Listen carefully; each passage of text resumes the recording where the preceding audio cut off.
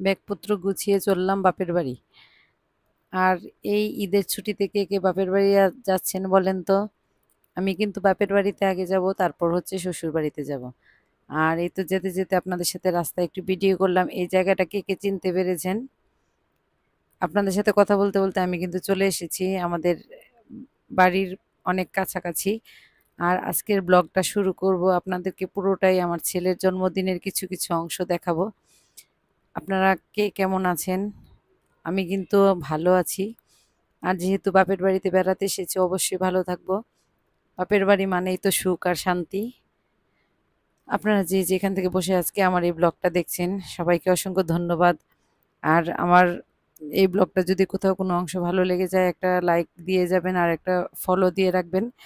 আর যারা YouTube channel থেকে দেখছেন তারা একটা সাবস্ক্রাইব করে দিবেন। আপনাদেরকে একটা কমেন্ট, একটা লাইক, একটা সাবস্ক্রাইব কিন্তু আমাকে অনেক মোটিভেট করে। আপনাদেরকে যারা করেছেন অসংখ্য ধন্যবাদ। আর এটা হচ্ছে আমার বাপের বাড়িতে আমার ছেলের জন্মদিনের রাতের খাবার দাবারের আয়োজন চলছে।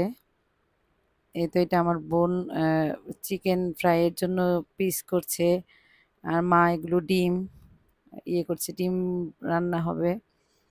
তারপরে হচ্ছে এগুলো সবজি নিয়ে বসলাম আমি, ফ্রাইড রাইস হবে, ফ্রাইড রাইসের সবজি। আর এই যে এখানে আমার বোন কিন্তু পুরোটাই আমার মেজো বোন রান্না করেছে এই আমার ছেলের জন্মদিনের রান্না বান্নাগুলো। অবশ্য রান্নার আইটেম খুব বেশি হয়নি, ফ্রাইড রাইস, চিকেন ফ্রাই আর ডিমের কোরমা হয়েছিল, সিম্পল।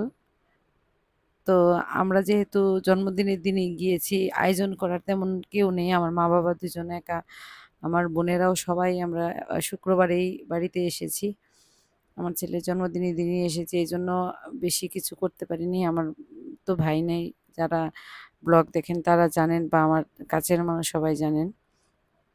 তো এই জন্য মা একা একা তেমন কিছু করতে পারিনি।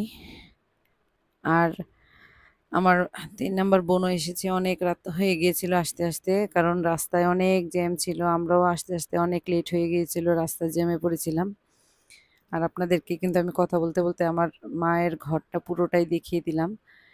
এটা হচ্ছে আমার মায়ের রান্নাঘর। রান্নাঘর যদিও আমার মার একটা না, আমার মার আহ, ওই রুমটা দেখানো হয়নি। আমার মার আসন রুম আছে একটা, ঠাকুরের রুম, ওইটাতে আলাদা গ্যাসের আলাদা আছে। আর এটা হচ্ছে আমার মা এমনি যেটাতে রান্না করে। আবার একটা মাটির চুলার রুম ঘর আছে আলাদা, ওইটাতেও মানে বেশি লোকজন হলে ওইটাতে রান্না করে। আমাদের গ্রামে যেহেতু গ্যাস নেই, সিলিন্ডার গ্যাস, এই জন্য মাটির চুলাতে বেশি লোকজন হলে রান্নাটা করে। আর এই যেখানে আমার ছোট বোন আর আমার ভাসুরের মেয়ে বেলুন ফুলাচ্ছিল, ওরা দুজন মিলে বাচ্চাগুলোকে বের করে দিয়ে বেলুনগুলো ফুলাচ্ছিল।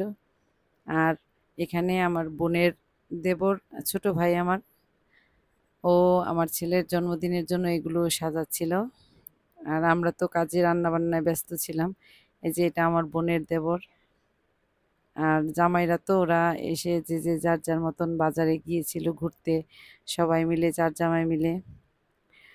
তো আমার এই ছোট ভাই এই কাজটা করেছিল, ভাইকে অসংখ্য ধন্যবাদ। ভাই আমার ছেলের জন্মদিনে অনেক হেল্প করেছে। আর এই যে রান্না প্রায় মোটামুটি শেষের দিকে। এই যে ভাই কিন্তু ফ্রাইগুলোকে ভেজেছে, একদম সবগুলো ফ্রাই। যদিও আমি এখানে সবগুলো ফ্রাই দেখাতে পারিনি, আমি অন্য কাজে ব্যস্ত হয়ে গিয়েছিলাম। ভাই বসে বসে সবগুলো ফ্রাই ভেজেছে, বলছে আপনারা রেডি হন আমি এগুলো ভাজি। আর এই কথা বলতে বলতে এই যে এখন ফটো সেশন চলছে। এটা হচ্ছে আমার ছোট বোন, ছোট বোনের হাজবেন্ড আর আমার ছেলে। এটা হচ্ছে আমার ৩ নাম্বার বোন, আমার ৩ নাম্বার বোন আর বোনের হাজবেন্ড। আর এটা হচ্ছে আমরা, আমি, আমার হাজবেন্ড, আমার ছেলে মেয়ে। আমরা একটু ছবি তুলে নিচ্ছিলাম লোকজন আসার আগে, কারণ না হয় পরে ছবি তোলা যায় না। এটা হচ্ছে আমার মেজো বোন, মেজো বোনের ছেলে মেয়ে, সরি মেয়ে নেয়, আমার মেজো বোনের ছেলে। আর এটা হচ্ছে আমার বোনের দেবর, আমার ছোট ভাই। সবাই আগে কিছু ছবি উঠিয়ে নিয়েছিলাম, তারপরে এই যে আমরা সবাই মিলে এখন কেক কাটছি। আমার বাবা মা, মাকেও ধরে নিয়ে এসেছি, মা কাজ করছিল ওইখান থেকে ধরে নিয়ে এসেছি। বলছে, আমরা বললাম যে রেডি হও, বলছে আমি এখন রেডি হতে পারবো না, অনেক কাজ ছিল ঘরে, জামাইরা আছে, তারপর লোকজন কিছু ছিল, খুব বেশি বাইরের লোক ছিল না। আমরা সব মিলিয়ে প্রায় 30 জনের মতো। আমার বাবাই সবাইকে খাইয়েছে। বলছে এদিকে জামাই ষষ্ঠীর খাওয়া, ওইদিকে নাতির জন্মদিন, এই উপলক্ষে আমার বাবাই আয়োজনটা করেছিল। আর এই যে আমার বাবা এটা, আর এটা হচ্ছে আমার মা, আর এগুলো হচ্ছে আমাদের সব ছেলে মেয়ে, এটা আমার ভাসুরের মেয়ে। এই তো ওরা সবাই মিলে কেক কাটছে, অনেক মজা করছে। আর আমার মেজো বোনের ছোট ছেলেটা আসতে পারেনি, ওর শরীরটা অনেক খারাপ ছিল, সারাদিন দৌড়াদৌড়ি করে ও অনেক ক্লান্ত, ও শুয়ে ঘুমিয়ে পড়েছিল, ওর নাকি অনেক মাথা ব্যথা করছিল। ওই কেক কাটার সময়টাতে ও থাকতে পারেনি, ও সারাদিন অনেক মজা করেছে, বলছে ভাইয়া তোমার বার্থডে সময় আমি কেক কাটবো, কিন্তু ও ওই সময়টাতেই থাকতে পারেনি, ওর শরীরটা অনেক খারাপ হয়েছিল, অনেক মাথা ব্যথা ছিল এই জন্য। এই যে এটা হচ্ছে আমার একটা দাদা, আমার জ্যাঠাতো ভাই। আর এই যে দেখেন কারেন্ট চলে গেছে, সে সারাক্ষণ কারেন্ট ছিল না। এই কেক কাটতে কাটতে কারেন্ট গেল, আর কারেন্ট আসতে আসতে একদম যখন লোকজন সবার খাওয়া শেষ হয়ে গিয়েছিল তখন কারেন্ট এসেছিল। আর এই যে আমরা লোডশেডিং এর ভিতরেই সবাই আহ, ছোট লাইট দিয়ে সবাই আস্তে আস্তে করে এই ইয়েগুলো করলাম আর কি। সবাই ধানটা দুব্বো দিলাম, তারপরে হচ্ছে পায়েস খাইয়ে দিলাম, ছেলেকে আশীর্বাদ করলাম একে একে সবাই। কিন্তু একদম মনটা খারাপ হয়ে গেছিল, কারেন্ট ছিল না, তার উপরে এত গরম ছিল যে সবাই একদম অস্থির হয়ে গিয়েছিল গরমে। আর আমার ছেলে তো অনেক খুশি, তার দাদুর বাড়িতে তার জন্মদিন পালন করা হচ্ছে, ওর উম, আন্টিরা সবাই ছিল, ও অনেক খুশি। আর বাসায় তো ওইরকম ভাবে আসলে করা হয় না, কারণ হচ্ছে বাসায় আমরা একাই থাকি, এই জন্য করা হয় না। এখানে কিন্তু আমরা সব বোনেরা সিরিয়ালি দিয়েছি, দেখলে বুঝতে পারবেন। আমি বড়, আমি প্রথমে দিলাম, আমার মেজো বোন প্রথমে, তারপরে দিল, এটা হচ্ছে আমার 3 নাম্বার বোন, ওরা তারপর দিচ্ছে, তারপর হচ্ছে আমার ছোট বোন দেবে। আমরা এখানে সিরিয়ালি দিয়েছি। আর আমার বাপের বাড়ির ব্লগ আরেকটা রেডি করেছি আমি, আপনাদের সবার সাথে শেয়ার করব। আমার বাবার বাড়িটা কেমন আপনাদের সাথে সবগুলোই শেয়ার করব, আস্তে আস্তে আসবে। আসলে ঘুরতে গেলে বা বেড়াতে গেলে যা হয়, একটু ব্যস্ততার কারণে ব্লগগুলো টাইম মতো দিতে পারছি না।